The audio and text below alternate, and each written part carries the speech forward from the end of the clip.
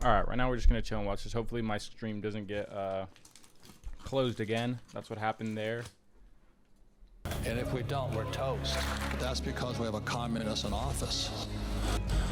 That son of a made me a rich man. How bad do you think market crash is going to be? This is the biggest crash we'll ever see in our lifetimes. That's what I'm saying. There's more opportunity going to come up in a crash than anything. I get sexually stimulated thinking about a crash. I always go in with the best team I can get and kick ass. They can't with me. I'll take them on because I have a team. So first of all, Robert, thank you for coming out. Last night we had a session with the finally out? CEOs, and it was an incredible session. Right now we were having lunch upstairs, and myself, Matt, Robert and Kiyosaki, John were talking. author I of Rich said, Dad, you Poor know, Dad, the strength that Robert the Rich has, Dad Company. I'll tell you at the end, but I want you to first hear it.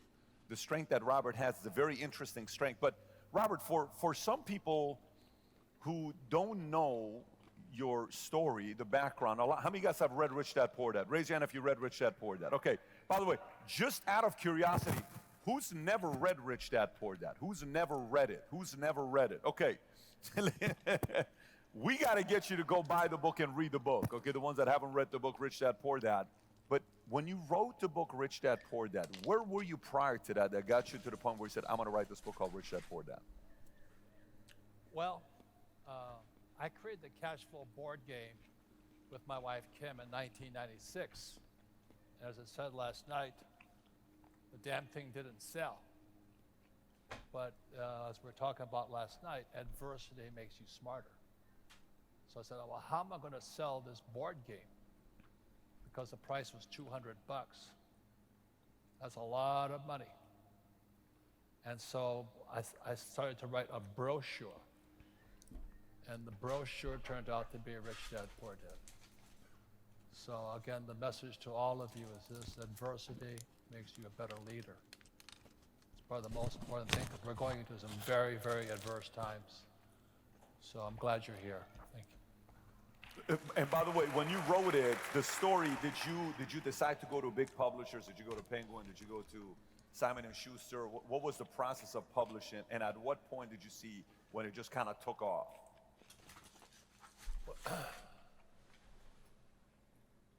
Everybody turned me down. And again, as you guys know, salesmanship begins when the customer says no. But again, it's adversity. Or as Einstein said, imagination is more important than knowledge. That's 100% true. The power of your mind is insane. So I said, how am I going to get past I don't know why I was. book publisher? The power of your mind is insane. I was looking And over that's there. when I started writing my little brochure, the story of Rich Dad, Poor Dad, which turned into the book. They still turned that down because they didn't like what I said. And I've had that problem most of my life. You know, when I flunked out of high school twice because I couldn't write, ironically. I flunked out when I was 15, and I flunked out when I was 17 because I was saying things that teachers didn't want me to say. I said, why am I wasting my time in school? Things like that. But anyway, when they turned it down, I called a friend at a car wash in Austin, Texas, Keith Cunningham. And I said, I have 1,000 books. I want to put 12 in your car wash.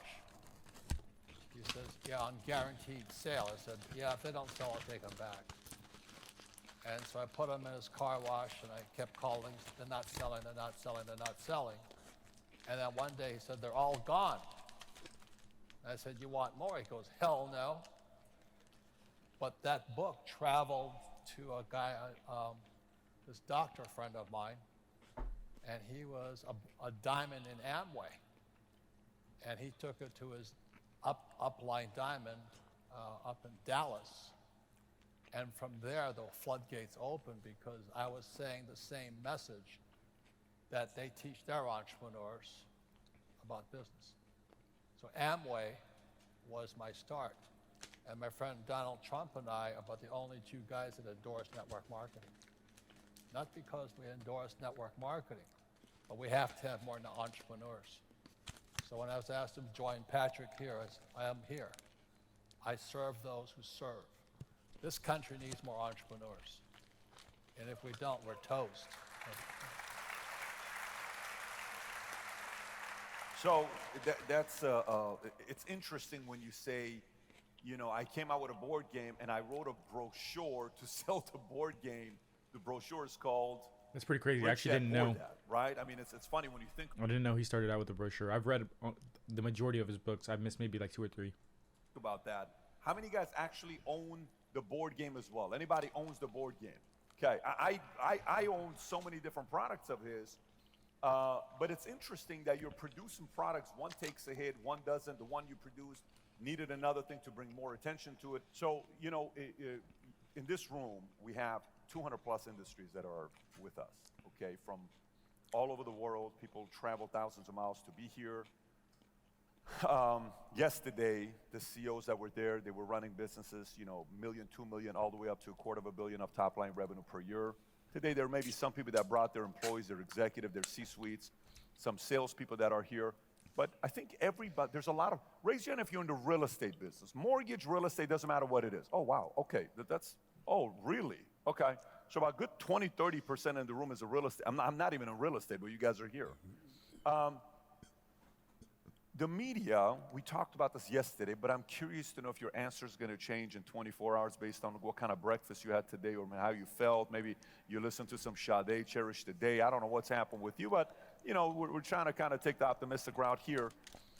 There's a lot of predictions with the economy. Some are saying everybody's exaggerating. It's not going to be as bad as it is. Some are saying it's bad. You're going to go through it, but it's going to recover Q1, Q2 of 2023. It's going to be bad. Some are saying it's horrible. It's coming. It's around the corner.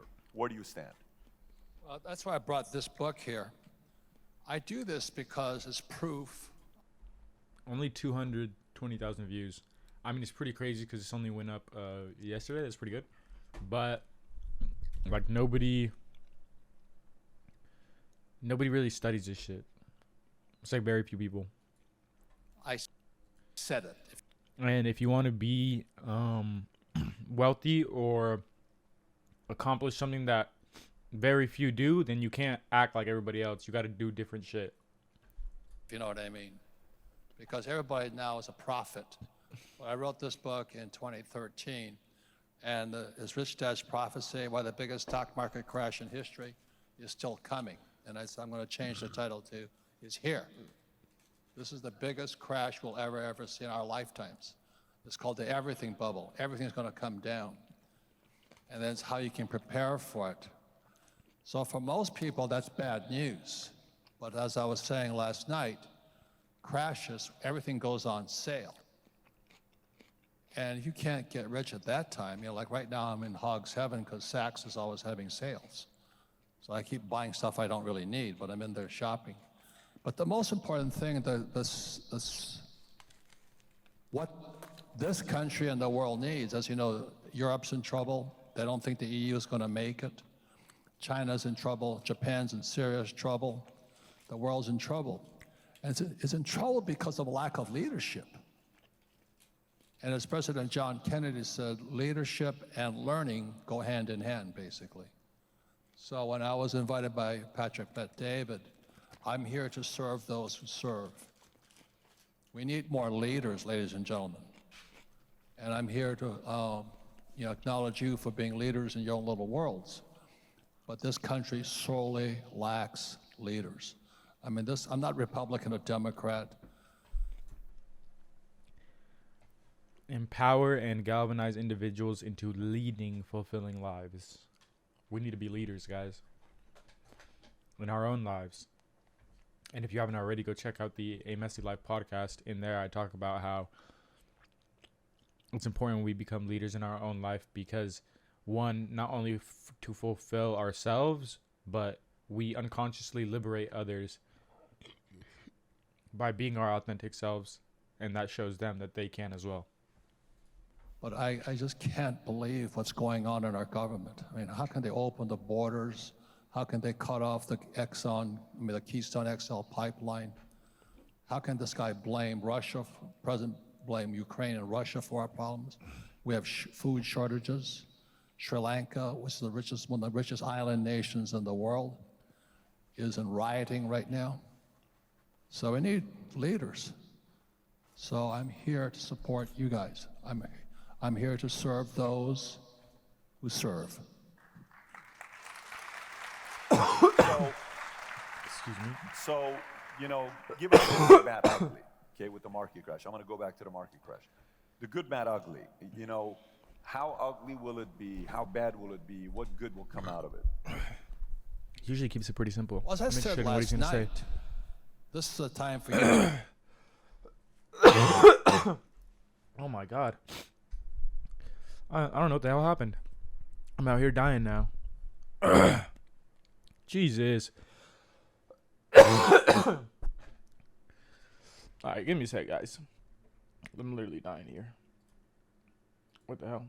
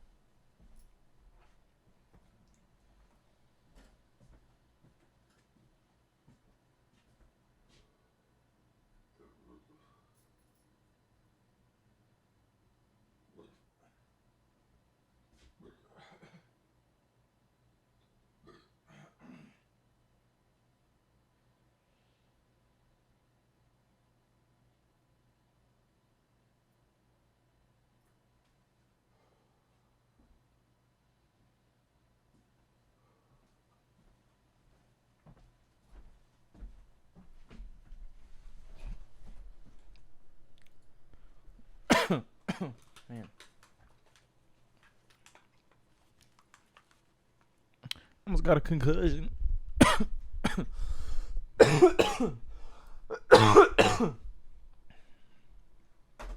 Become bigger leaders. Because I think people are kind of waking up that maybe it's our leadership that's the problem. And this is your time to become leaders. More people need leaders like you than any other time in history. And I was watching your podcast about how you use social media and YouTube. I mean, my God, ladies and gentlemen, this is your time. But your time is because the country and the world needs real leaders. There's a guy named Jordan Peterson who said, if you think tough men are bad, just see the damage a weak leader can do. Yeah, we've had weak leaders all over the world right now. Yup. So this is your time, and I'm here to support you becoming better leaders. Remember, leadership and education go hand in hand. Mm-hmm. And there's a lot of people who are not here to learn or not learning because they're probably in college or something, learning nothing. So, in 2 times I asked you about market crash, you went back to leadership. So, for the 3rd time, how bad do you think market crash is going to be? These people, real estate and mortgage people, and you can tell them, by the way, just let them know, can you handle the truth from his point of view? Are you guys tough enough to handle the truth? Yes or no? Some of you guys are not clapping. Some of you guys are like, no, not really. Tell me some good things. How bad, how ugly can it get? The worst case, which I hope I'm wrong, would be civil war inside America. That's more than a crash, it's a civil war. And my prediction is that Donald Trump and I are good friends, his sons and I are good friends. I went to his son's wedding here at Mar-a-Lago. And he's a leader. If they try and put him in jail, I hope they don't, we'll have a civil war. Because this last election was stolen. I had lunch last Saturday. Thank you.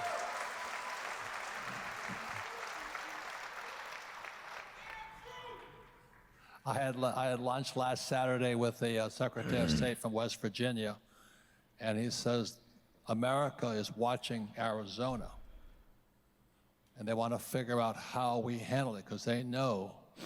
He says it's not fraudulent. It was criminal what they did with the ballots. But again, it was a man named Stalin who said, it's not who votes that counts. It's he who, she who counts the votes. And ladies and gentlemen, we lose the right at the ballot box, we lose our democracy. We've been losing it, guys. If you have not been paying attention, freedom of speech, it's going out the window. Pay attention. All this canceling shit, it is not a good thing. We are heading in the wrong direction. Like, is it not clear? If you start limiting speech, you start to have to limit everything. And then, without the ability to speak, like, what can we do? We can't stop. You can't stop the bad. It's like Big Brother. I think that's what it's called, right? 1985, George Orwell. And that's why this raid on Mar-a-Lago violated the Fourth Amendment. Pretty sure that was actually like a warning of what was coming. And look at where we're going. We cannot let this country come apart by these criminals running our government. We need new leaders immediately.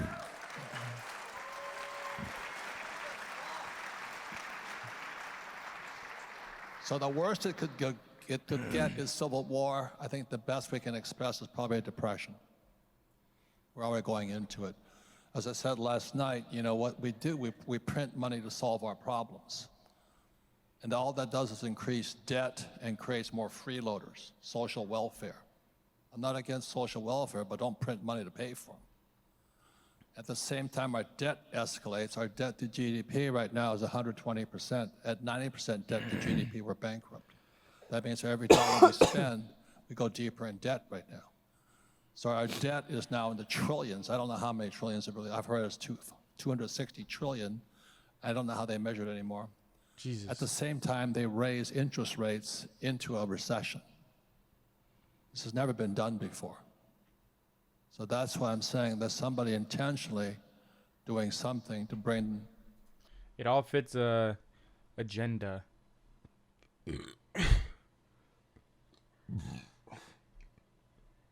Excuse me, guys. That Coca-Cola got me messed up out here. But yeah, it fits a certain agenda. Ask yourselves, this stuff is happening. Why is it happening? Who benefits from it happening? You'll start to realize certain things are connected. America down and the world down. And there's a video of Trump speaking to, I think, the United Nations or something, and he's telling the German contingency back in 2018, he says, don't trust the Russians. Don't depend upon the Russians. And now Russia can cut off their power. So there's something really goofy going on. I'm not privileged to find out about it. I want to put some fear into you, because the more dangerous the mission, the better you've got to be. I talked about last night how, you know, when I was at Camp Pendleton preparing to go to Vietnam, was a Marine helicopter gunship pilot. Our life expectancy was 30 days.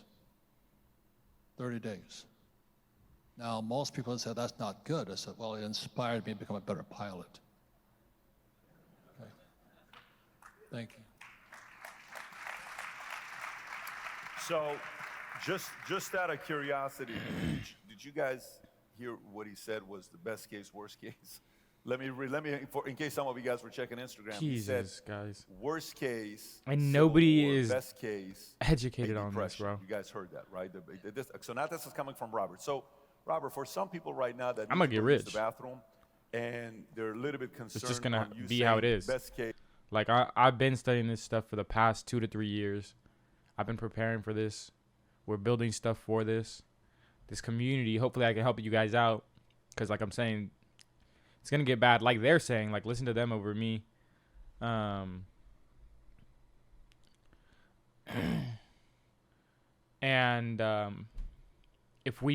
if you don't do something for yourself and your family, then who else will? Who's going to help you? You heard the worst case scenario. I don't think it's going to get to that, to be honest. That is very worst case scenario. But it is going to get bad. Food shortages. You heard all the stuff that they're listing off. And it's all to push us in a certain direction where we rely more on the government. Case is depression. Worst case is civil war. You know, what feeling you want the entrepreneur to get? Because sometimes when you're small and you're coming up, you're trying to make your marriage work, you're trying to raise kids, you're trying to pay the bills, you're trying to hire people, you're trying to expand, you're trying to go and grow your business, get better, read books, listen to audio, take courses, attend events, fill up the gas tank, change the oil, all this stuff that you have in your life that you're dealing with. Sometimes you don't have time to sit here and think about other things, and then market that you have zero control over happens that's not on you. How does a person who has zero influence over the market, okay, maybe they have control over 20 people's votes to change them or certain things. How does a person who has no control over politics at this phase of their lives, no control over the market at this phase of their life, no control over interest rates at this phase of their life, how do they properly make the right moves to still be effective where the market's going to go good, bad, or ugly? Thank you. I said this last night to that group last night, is the purpose of a leader is not to be the leader. The purpose of a leader is to take what a great leader like Patrick does and pass that lesson on. So your job, I congratulate you for being here.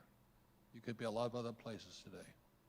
But I think your most important job is to take what Patrick is teaching and pass it on to your people outside this country or your home. We need leaders, right, ladies and gentlemen, right now, and Patrick is one of the best. As I said, when I met him so many years ago, this big bus pulls up, and I said, who is this guy? But the moment I looked in his eyes, I knew who he was, because his core values are solid. As I said last night, it's our core values. Then you have the culture, and outside that's organization. So in the U.S. Army, when I found out he was 82nd Airborne, I knew who he was. Because the Army is the big organization, the culture is 82nd Airborne, but the core values are what drive him. If you can duplicate his values, we win. Okay, thank you. Stock markets, when they crash, go down in 3 phases. Boom, boom, boom. Phase 1 was a bounce. It was called a bear market rally. This baby is going down, I hope, because I'm going to get richer. See, the thing right now is if you're afraid, it's because you got bad advice in your head. You're operating on bad information from your mommy, your daddy, your college professor, your school teachers, whatever it is. I get sexually... Information from the right people in right places is very key to your learning. You could be educating yourself, but taking in all the wrong information. Where that information comes from, the source is equally, if not more important than the information you're actually receiving. Because anybody can talk. It's like, to an extent, it's like me. Like, why listen to me? You shouldn't necessarily. All I'm trying to do is get you to do what's right for you. Get you to be aware that you can make a decision that will better your future. I sit here and I listen to these guys, these men, who are very successful in their industries. And I take in their information and I just try to feed it back out to you guys. It's not really my information, but that's why we're here learning together, right? Stimulated thinking about a crash. Okay. Yeah. Because I'll say it again, the tougher it is, the smarter you've got to be. That's why I honor you for being here. This is a great leader, pass his word on.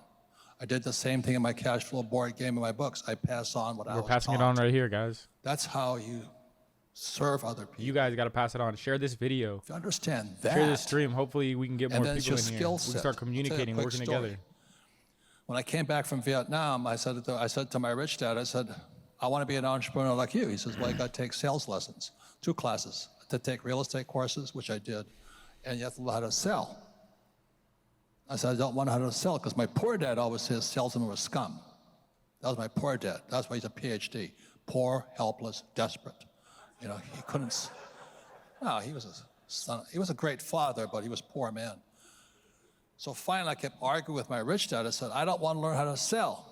And finally, rich dad said to me, he says, you know, I'm 25, 26 years old, prime of life, you know, Marine, all this stuff. He says, how's your sex life, Robert? Non-existent. He says, because you can't fucking sell. That's looking good, man. I think we're going to finish Damn. on that note right there. Make some noise, Robert Kiyosaki! Because you can't fucking sell. That's one of the things that I need to work on a lot, to be honest. That was good. Oh, shit.